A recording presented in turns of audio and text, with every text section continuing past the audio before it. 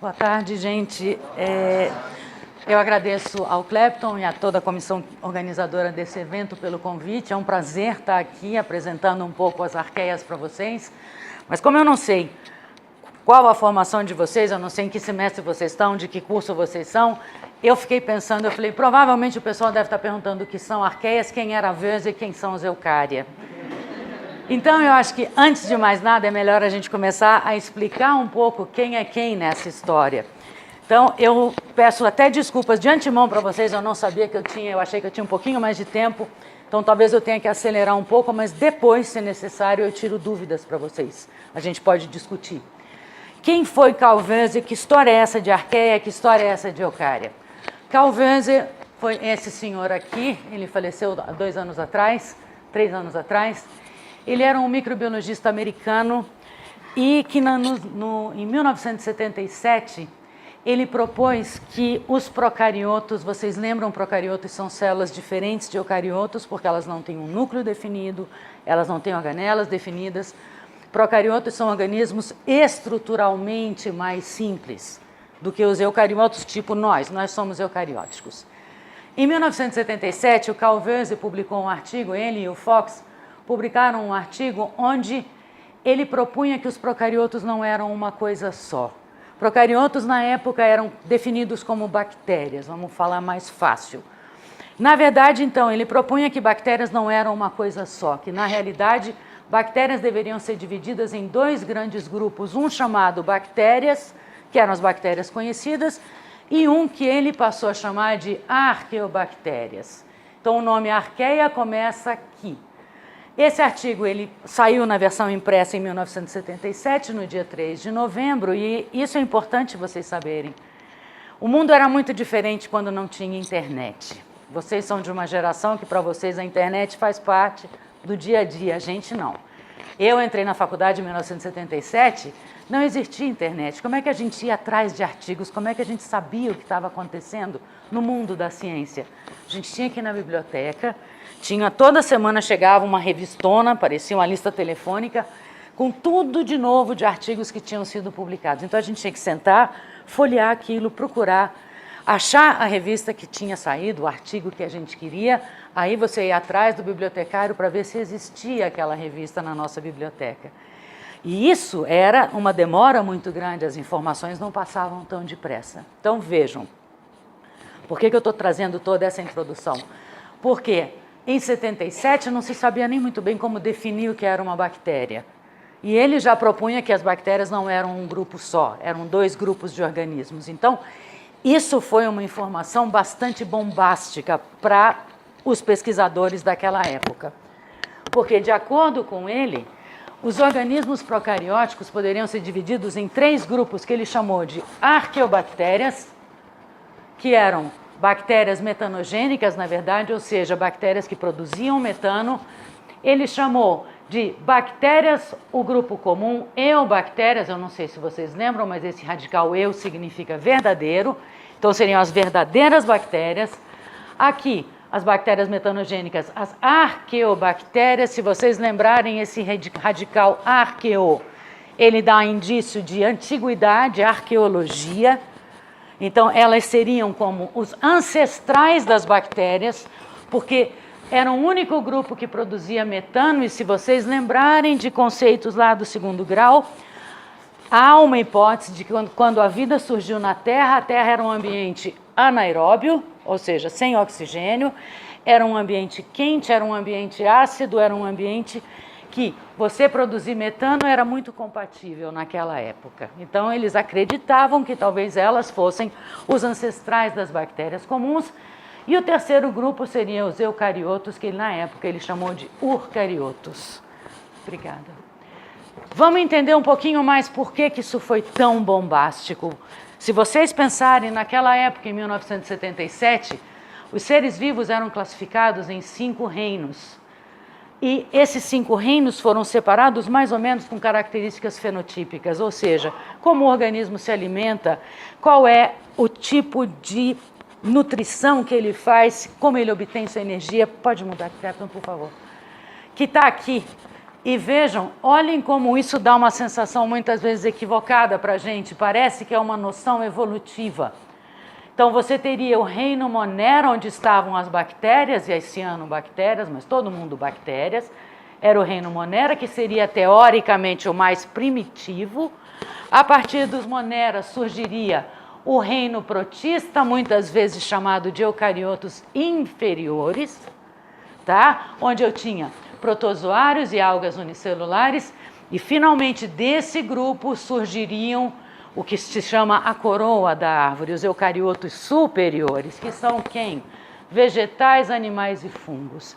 Então, essa era a classificação que, embora ela fosse feita com base em características fenotípicas, as pessoas começaram a assumir que era uma classificação com um cunho evolutivo, ou seja, Moneras deram origem aos protistas, que deram origem a esses grupos.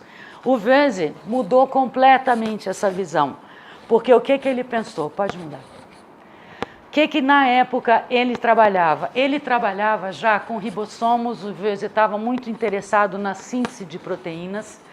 Ao mesmo tempo, ele teve acesso a alguns artigos científicos, onde alguns pesquisadores estavam começando a hibridizar moléculas de RNA ribossomal com DNA. Vejam, historicamente, eu não sei se isso fica claro para vocês, mas o DNA, a estrutura do DNA foi descoberta em 1953. Eu estou falando aqui de 1962, ou seja, pouquíssimo tempo depois. Não se conhecia muito bem ainda como era feita a transmissão da informação genética.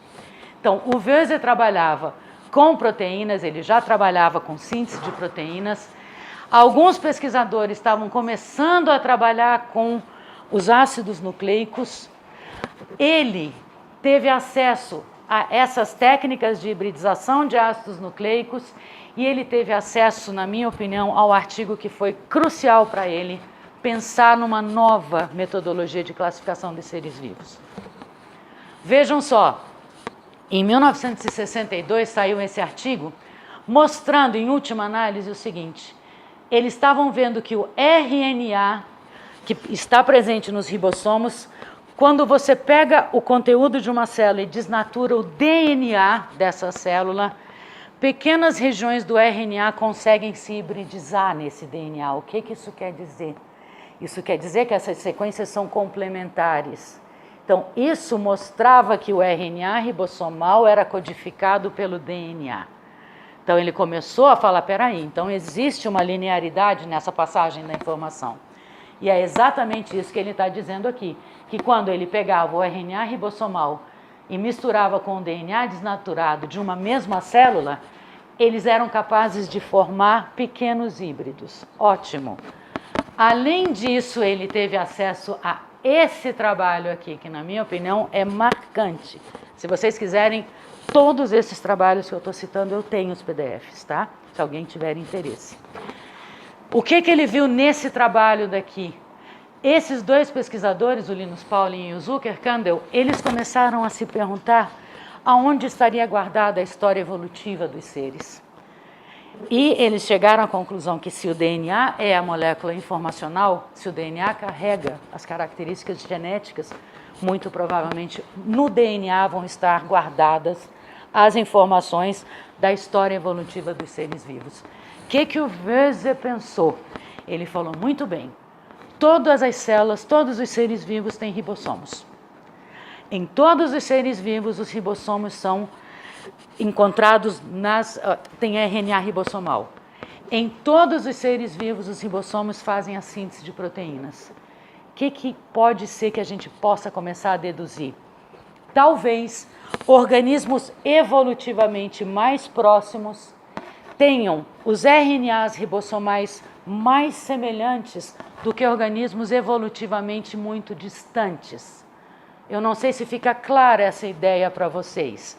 Então, organismos que evoluíram em tempos próximos provavelmente têm essa sequência de ácido nucleico mais semelhante entre si do que se eu pegar, por exemplo, um Cogumelo e uma girafa. Talvez a diferença na sequência de RNA ribossomal seja maior do que entre um cogumelo e um protozoário. Vocês estão entendendo? Tempos evolutivos, oportunidades de mutações, de alterações no código genético. Tudo bem? O que ele pensou foi isso. Só para lembrar, porque isso aqui é importante que vocês lembrem, se visualizem. Todo livro de biologia traz as estruturas do ribossomo, a subunidade menor, a subunidade maior, um ribossomo se monta desse jeito, pode mudar. Na verdade, aquele desenho é muito bonitinho, isso aqui é um ribossomo. Né? E a gente normalmente não tem essa visão. Vejam, todos os ribossomos são compostos por RNA ribossomal, que aqui no caso é esse amarelinho claro, é um dos RNAs e esse azul claro é o outro. Isso aqui é a subunidade menor, aqui é a subunidade maior, aqui é um ribossomo montado. Então, na verdade, o que o Wöse pensou foi: todos os seres vivos têm ribossomos compostos por RNA ribossomal, e se em todos os seres vivos os ribossomos fazem a mesma coisa, provavelmente essa molécula pode ser um bom marcador, um cronômetro evolutivo. Então, isso, gente, é para mostrar para vocês que aquele esquema é muito simplesinho. Isso aqui são os RNAs. Está aqui a estrutura dos ribossomos, dos RNAs ribossomais. A gente tem 3 RNAs ribossomais em procariotos, 4 em eucariotos. Quantos nucleotídeos tem?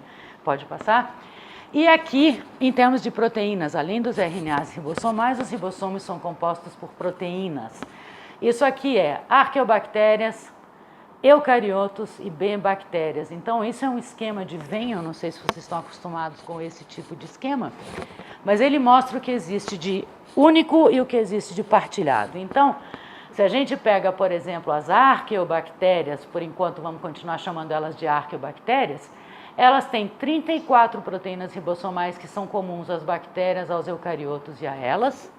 Elas têm 33 proteínas que são compartilhadas, são comuns entre elas e eucariotos, e elas têm uma proteína exclusiva delas.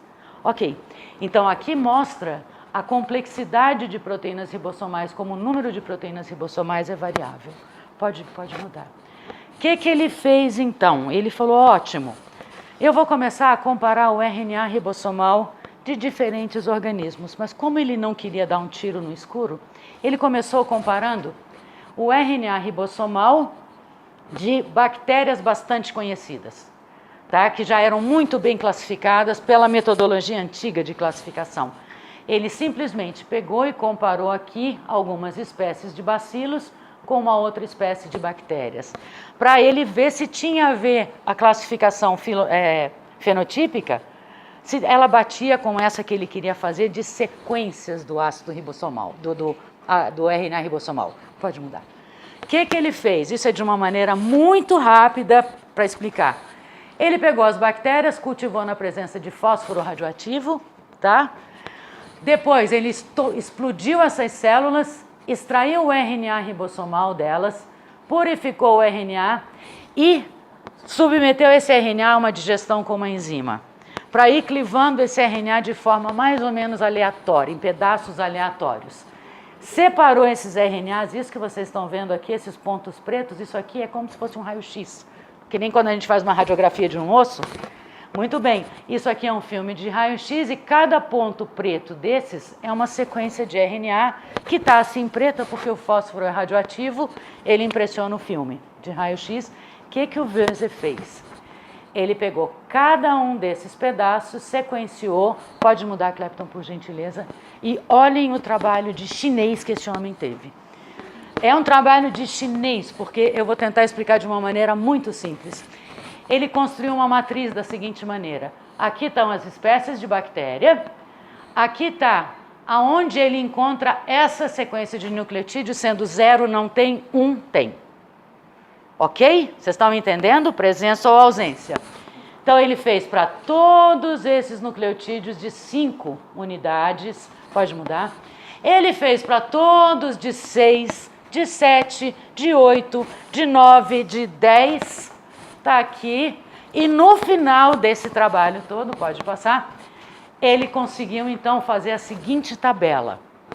Ele tem toda uma fórmula para calcular quem tem então a semelhança ou não. Então, aqui nessa tabela, ele compara as espécies entre si. Então, Bacillus subtilis contra Pumilus, Megatherium, blá, blá, blá, blá, blá. Vocês estão entendendo? Tranquilo? E o que ele vê, então? Quanto o valor vai de 0 a 1, quanto mais próximo de 1, mais semelhantes são as amostras. Ok? Tá claro isso para vocês? Então, ele simplesmente pegou o ácido nucleico, digeriu, comparou quem tinha, quem não tinha aquelas sequências, joga isso numa matriz e ele consegue construir uma tabela onde, se vocês olharem, talvez isso ainda não faça muito sentido para vocês, mas aqui, por exemplo, todas essas espécies são bactérias que têm um determinado tipo de parede celular, são todas elas gram-positivas, tá? Ótimo. Essa daqui, Escherichia coli, é uma bactéria que tem uma parede celular completamente diferente, ela é uma gram-negativa. Olhem que na árvore dele, ele não mostra aqui, mas ele também fez isso para coli. Todos nós temos coli no nosso intestino. A gente já começa percebendo que por essa metodologia, ele conseguia construir uma árvore onde coli não se agrupa, porque vejam que coli faz um grupo, um ramo à parte de todas as gram-positivas. Então, isso começou a mostrar para ele que isso talvez tenha sentido, esse tipo de classificação. O que ele fez? Ele não foi besta. Aquilo foi em janeiro de 77. Em outubro de 77, ele também testou toda essa metodologia com as tais das bactérias metanogênicas. Pode passar, por favor. De novo, aqui tudo que for M é metanogênica, são aquelas bactérias esquisitas que produzem metano, tá? Aqui também, até o número 10, são todas as tais das bactérias metanogênicas. Aqui é uma bactéria gram-negativa, aqui o Bacillus, que é aquela bactéria gram-positiva, e aqui uma cianobactéria.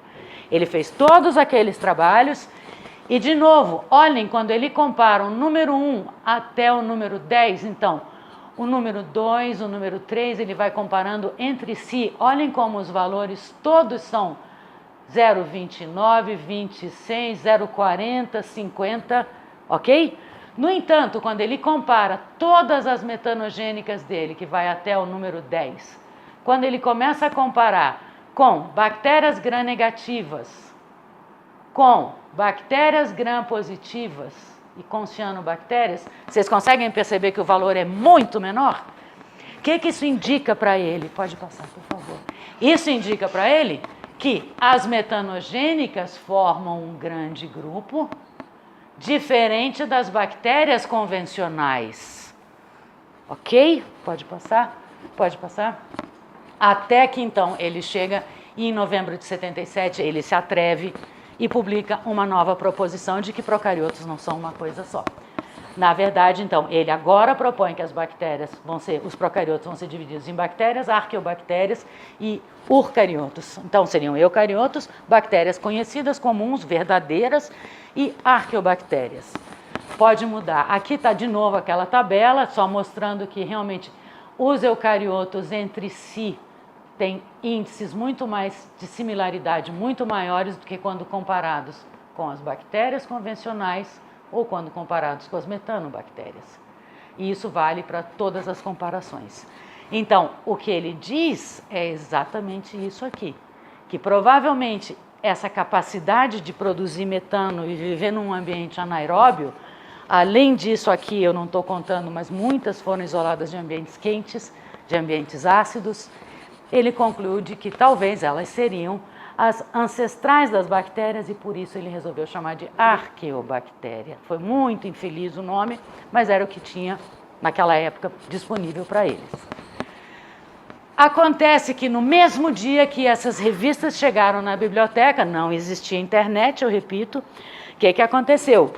No mesmo dia saiu na capa do New York Times, que é um jornal de enorme circulação nos Estados Unidos, essa manchete onde diz que cientistas descobrem uma nova forma de vida.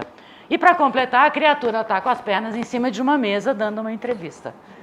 A década de 70, gente, não é como hoje. A década de 70 era de uma caretice absurda. Então, ninguém levou isso aqui a sério, porque ninguém conhecia as metodologias que ele usou. A gente não tinha essa rapidez de comunicação, ninguém leu o artigo que chegou na biblioteca. Não era uma brincadeira, esse artigo dele foi patrocinado pela NASA.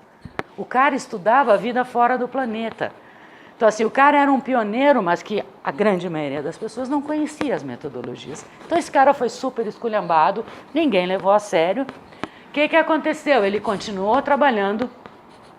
Ele aí, ao invés de trabalhar com metanogênicas, ele começou a trabalhar com bactérias que viviam em ambientes super salinos, tipo Mar Morto, tipo salinas mesmo, dentro de cristal de sal.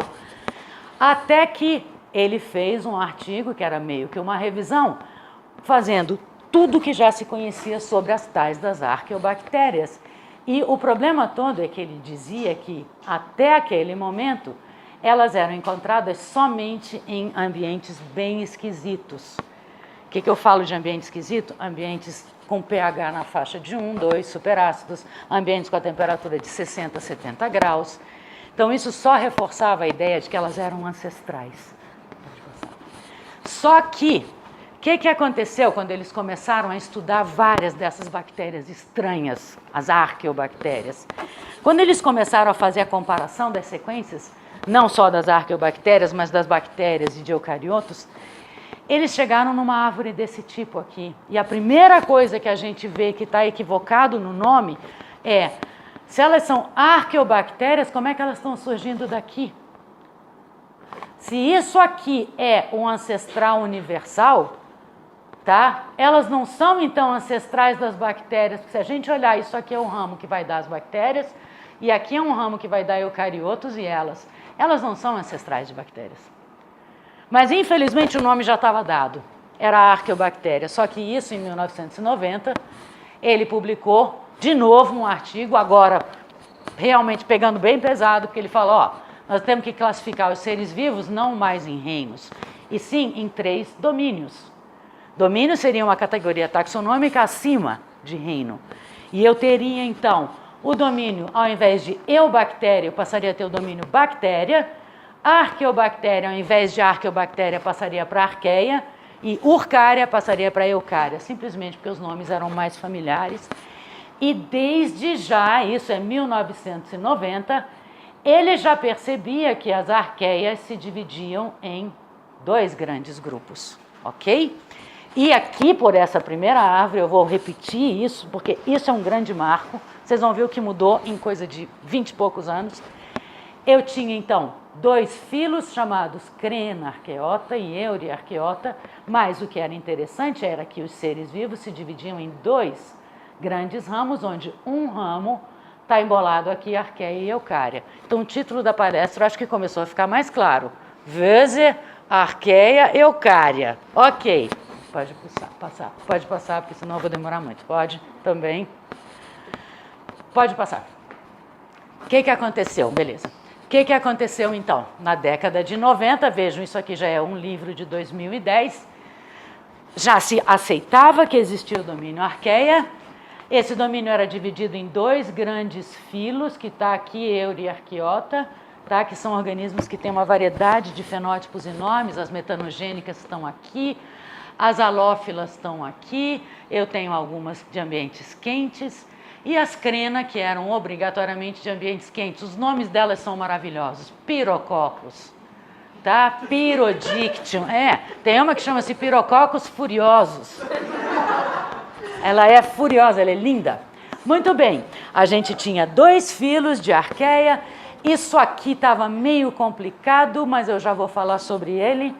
O que aconteceu? Naquela época, em 90, o Vese se convenceu, quando ele comparou 400 sequências de bactéria, e quando eu falo comparou, gente, era fazendo toda aquela digestão com RNA, sequenciamento de 5, 6, 7, 8, 9, 10, ele fez isso para 400 bactérias, 40 arqueias e 80 eucárias.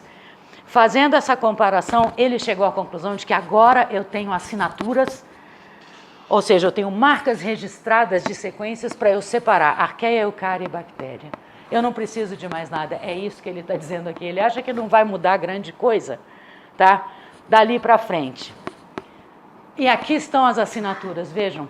Isso aqui é a molécula, a estrutura de secundária de um RNA ribossomal, que ele mesmo, ele é uma molécula de fita simples, mas se as bases forem complementares, ele pode formar esses grampos. tá? E aqui ele mostra as posições. Então, por exemplo, o nucleotídeo número 9 fazia par com o nucleotídeo 25, por exemplo, onde ele tinha sempre G e C se fosse bactéria, se fosse arqueia, se fosse eucária. Mas ele combina, na verdade, todas as posições. E foi assim que ele definiu as assinaturas de cada domínio. Pode passar. O que aconteceu? Eu falei de 90 a 91, 1994, um grupo de pesquisadores no Parque Nacional de Yellowstone, que é um parque nacional que vocês sabem, tem um monte daqueles geysers, tem um monte de fontes quentes. Eles coletaram amostras dessa lagoa aqui, que eu adoro esse nome, Obsidian Pool, para mim é uma coisa de ficção científica esse nome. Essa lagoa, vocês podem ver, é uma lagoa que está saindo fumaça, é uma lagoa quente. Esse vermelho é porque ela tem uma altíssima concentração de ferro. O que eles fizeram? Em 94, eles coletaram amostras, simplesmente pegaram essas amostras, extraíram DNA e foram atrás das sequências do RNA ribossomal. Quando eles fizeram a análise das amostras que eles tinham lá, isso aqui são sequências que eles encontraram lá, que eles chamaram de PJP.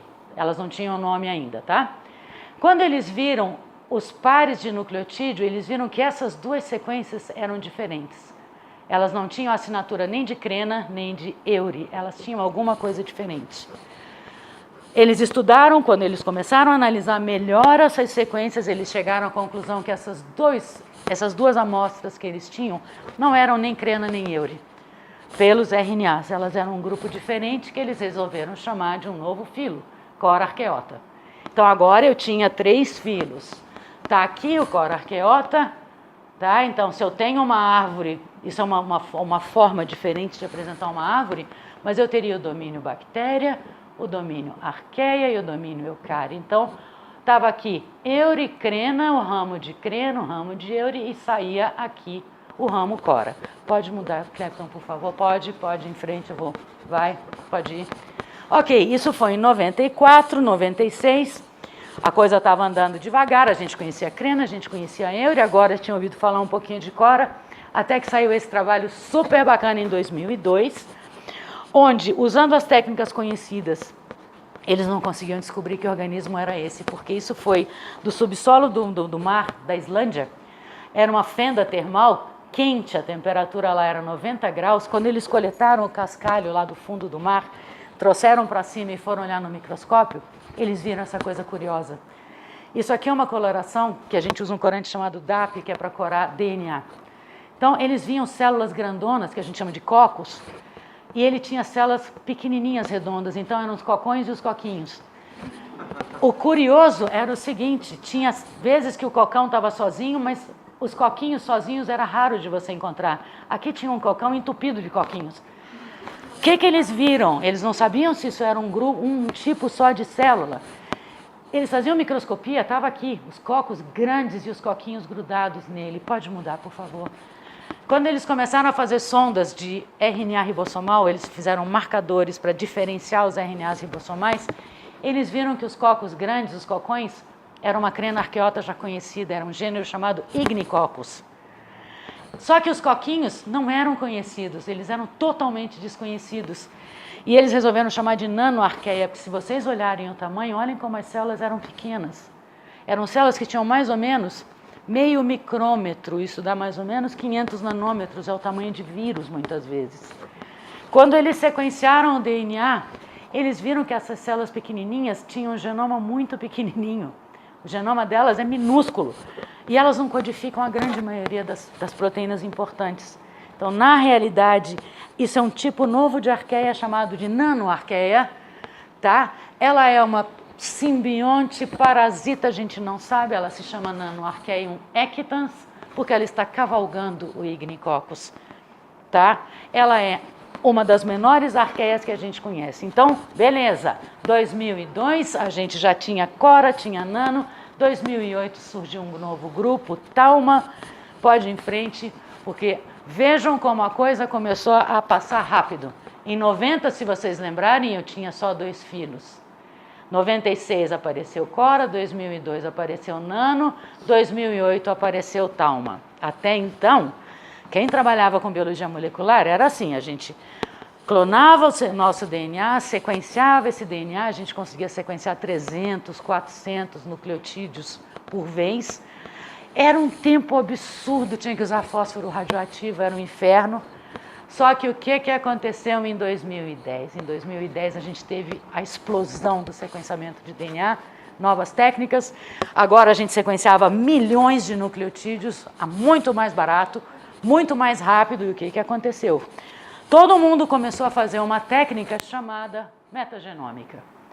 O que é metagenômica? Metagenômica é você ir em qualquer ambiente, coletar material. Então vamos imaginar, aqui, eles foram numa mina de ouro, numa área onde tinha mineração de ouro, pegaram o drenado dessa mina, ou seja, o líquido que extravasa daquela mina, simplesmente extraíram DNA de tudo que tinha lá. Não importa quem está lá. Não importa se eu cuspi e tinha DNA meu lá, não importa se tinha DNA de uma planta que morreu, não interessa. Metagenômica, você vai sequenciando tudo que você encontra na sua frente e você compara isso com bancos de dados. Em 2010, eles acharam, então, uma nova arqueia que não se agrupava com ninguém e eles resolveram chamar de novo filo, Aigarqueota. Pode passar. Olhem como a coisa mudou de 2010 para frente. Isso aqui é um gráfico que mostra quantos genomas completos e quantas sequências de arqueia a gente tinha. Então, olhem o que aconteceu de 97 para 2010. Começou a explodir o número de sequências de arqueia. Pode trocar? Tanto que em 2010 a gente tinha 100 genomas de arqueia. Foi um marco isso. Em 2010 se tinham 100 genomas de arqueia e agora os filos já eram Euriarqueota, Crenarqueota, Talma, que era um grupo antes como Crena, Aiga, aquela da mina de ouro, Cora, aquela de 96, Nano, aquelas pequenininhas. Beleza. Tanto que aí, com a disponibilidade de sequências, eles propuseram um novo superfilo TAC, que é Talma, Aiga, Crena e Cora. E quando eles começaram a fazer isso, a analisar várias sequências de DNA, eles concluíram que elas eram muito parecidas. Isso aqui, gente, deixa eu só deixar bem claro o que é essa imagem, não precisa a gente se preocupar com detalhes. Isso aqui são proteínas envolvidas em tradução, azul, transcrição, verde, replicação, reparo de DNA e outras atividades celulares, ok? A presença da cor significa que o organismo tem. A ausência significa que não existe tal característica, tal proteína. Tudo bem? Quanto ao gráfico, quanto à imagem. Então vejam, eles começaram a perceber que os filos Talmarqueota, Aigarqueota, Crenarqueota e Corarqueota partilhavam muitas características que a gente não encontrava em Euri e nem em Nano ou Arman, que é um grupo que eu não comentei com vocês. Dá para perceber bem, né? Que era um grupo mais ou menos homogêneo.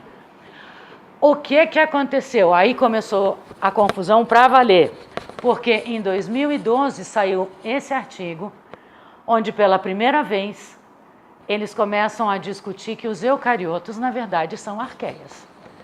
Ou que os eucariotos, na verdade, vieram de arqueias. O que eles fizeram? Pode mudar. Eles, de novo, fazendo comparação de sequências de RNA ribossomal, só que o que tinha de novo agora? Eu tinha uma disponibilidade gigante de sequências.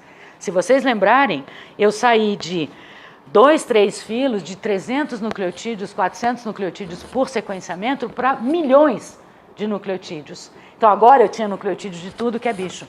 Quando eles começaram a comparar os RNAs ribossomais de bactérias, arqueias e eucariotos, olhem o gráfico que eles encontraram, a árvore que eles encontraram.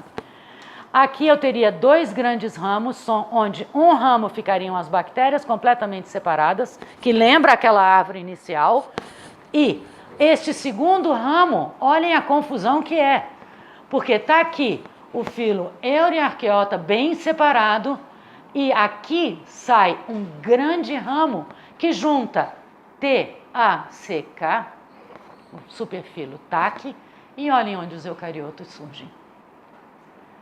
Então, isso foi um banzé na literatura, pode trocar. A mesma coisa valeu quando eles fizeram com proteínas, não só com os RNAs ribossomais, mas com proteínas, então a gente já usava outros marcadores. E em 2013 a coisa ainda pegou mais fogo, pode mudar, porque olhem como o sequenciamento se tornou fácil, não para nós no Brasil, porque nada é fácil aqui, mas no exterior. Os caras pegaram amostra de tudo que é lugar, de lugar quente, de lugar frio, do fundo do mar, etc. E eles fizeram uma coisa que eu não sei se vocês já ouviram falar, chama single cell genoma. É fazer o genoma a partir de uma única célula.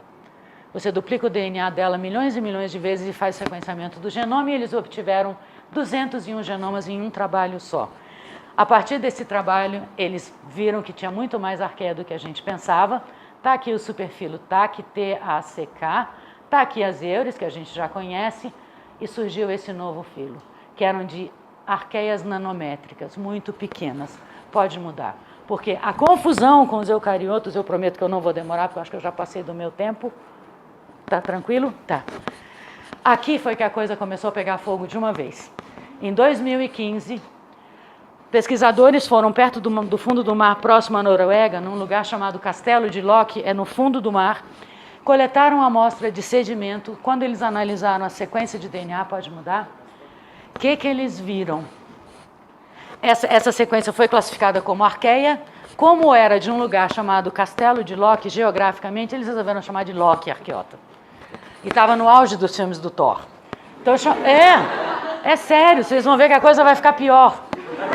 É verdade, não é brincadeira. Eles chamaram de Locke arqueota essa sequência, eles sabiam que era arqueia, porque ela não batia com bactéria, ela não batia com eucarioto, ela batia com arqueia. E, de novo, olhem aqui, eucariotos, isso são algumas características, proteínas ribossomais, fator de elongação da tradução, aqui a duplicação celular, são características, proteínas características, assinatura de eucariotos, as cores. Olhem o que Locke tem. Tá? Locke é muito parecida com eucariotos, e olhem como o TAC é mais ou menos o meio do caminho, e Euri não tem nada daquilo. Vocês estão começando a perceber como muda, como a gente está começando a se aproximar de eucária? Pode trocar. Isso aqui foi um artigo fantástico que saiu em 2016, onde o cara propõe que a gente comece a ver a árvore da vida de outra maneira. Pode mudar, Clepton, por favor? Aqui é só para mostrar para vocês que, na verdade, aqui estão as bactérias, e este ramo está juntando agora eucariotos e arqueia. Pode mudar porque vai ter um aumento aqui. Olhem o que acontece. Na verdade, a gente começa a concluir que eu tinha uma linha ancestrais que vieram e acabaram gerando as arqueias que a gente já conhece. Olha aqui a Locke arqueia. Meses depois acharam uma no sedimento e, como o pessoal é muito criativo, chamaram de Thor arqueota. Tem a Locke arqueia, tem a Thor, e o pior é que depois acharam em Yellowstone uma outra muito parecida que eles chamaram de Odin arqueota. E no fundo do mar eles acharam uma terceira que eles chamaram de Heimdall arqueota. Tanto que elas formam o grupo Asgard. E o grupo Asgard, a princípio, é o grupo que a gente não sabe se é irmão ou se é o grupo mãe dos eucariotos. Porque vejam como o ramo vem e, na verdade, Locke, o grupo Locke, Thor, Asgard, aqui não tinha ainda Asgard, pelo visto é o mais próximo aos eucariotos. Olhem, montando a árvore de outra maneira, olhem onde saem os eucariotos. Olhem quem está aqui. Eu tenho Thor, Locke, Cora, Crena, todo mundo conhecido, e é deste ramo que vem os eucariotos. Pode mudar, por favor? O que acontece?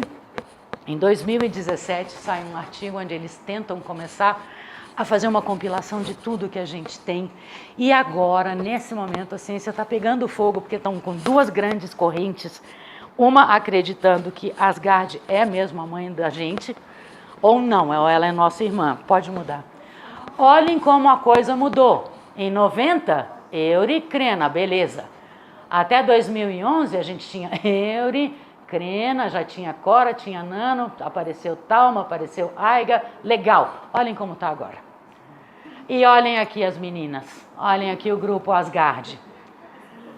Esse grupo Asgard, a princípio, é o mais próximo, mas a gente não sabe ainda, pode mudar. De novo, olhem como eucariotos se assemelham se comparados às demais arqueias, com o grupo Asgard. Pode trocar. O que está acontecendo atualmente? Eu tenho mais 2 slides só e aí eu termino. O que está acontecendo atualmente na literatura? Tem um pesquisador francês que ele está brigando com todo mundo, porque, na opinião dele, primeiro, não são 3 domínios da vida, são 2. Um que é o domínio bactéria e o outro que é o domínio arcária, que seria uma mistura de arqueia com eucária. E o que ele acredita? Ele chama-se Patrick Forter. O Forter acha que a gente talvez tivesse um ancestral comum, onde isso são as características que estavam presentes no passado. E a partir desse ancestral comum, eu tive a separação dos eucariotos e das arqueias, que acabaram perdendo essas características. Os eucariotos mantiveram, o que tinha já no Lucas significa último ancestral comum, tá? Então, isso seria o último ancestral comum, que já tinha essas características e os eucariotos mantiveram e as arqueias começaram a perder. Essa é uma outra linha de pensamento, onde, na verdade, ela não acredita nisso e ela acha, sim, que a partir de um ancestral comum foi separado o ramo que originou as bactérias e um ramo que originou arqueias e eucariotos, porque eucária está aqui junto com Asgard. E, na verdade, a complexidade veio sendo adquirida ao longo do tempo. Isso é a proposta do artigo de 2017, se eu não me engano, esse é o último slide. No momento, isso eu vi semana passada na internet, no momento a grande briga é essa. Se a gente tinha um ancestral comum, está cada dia mais claro de que bactérias originaram um ramo completamente separado, apesar de elas serem procarióticas igual a arqueia, terem muita coisa parecida com a arqueia, elas são um grupo totalmente à parte. E, na realidade, o segundo ramo surgiu e levou ao desenvolvimento de arqueias e eucariotos, o que a gente ainda não sabe, o que ainda está sendo amplamente discutido e não vai ser tão fácil se resolver isso, é da onde surgiram. As arqueias são irmãs dos eucariotos, que seria essa possibilidade, um ancestral que originou as arqueias e os eucariotos, ou não. Ou as arqueias são as mães dos eucariotos. Porque aí, então, aqui está o grupo Asgard, da onde, então, os eucariotos sairiam. Isso é uma coisa que a gente não sabe, a literatura, cada semana, está pegando fogo. O artigo que eu li ontem à noite para acabar de preparar isso aqui para vocês, eu me matei de rir, porque no último parágrafo o autor fala assim, a gente anda discutindo o Forter, eu ando debatendo muito, mas não é para a gente brigar, temos que manter a nossa amizade, porque ele está chutando os baldes nos artigos, ele fala assim, fulano fez tudo errado, o que o fulano concluiu é um absurdo. Aí ele acaba dizendo, olha, vamos amigos, todo mundo amigo.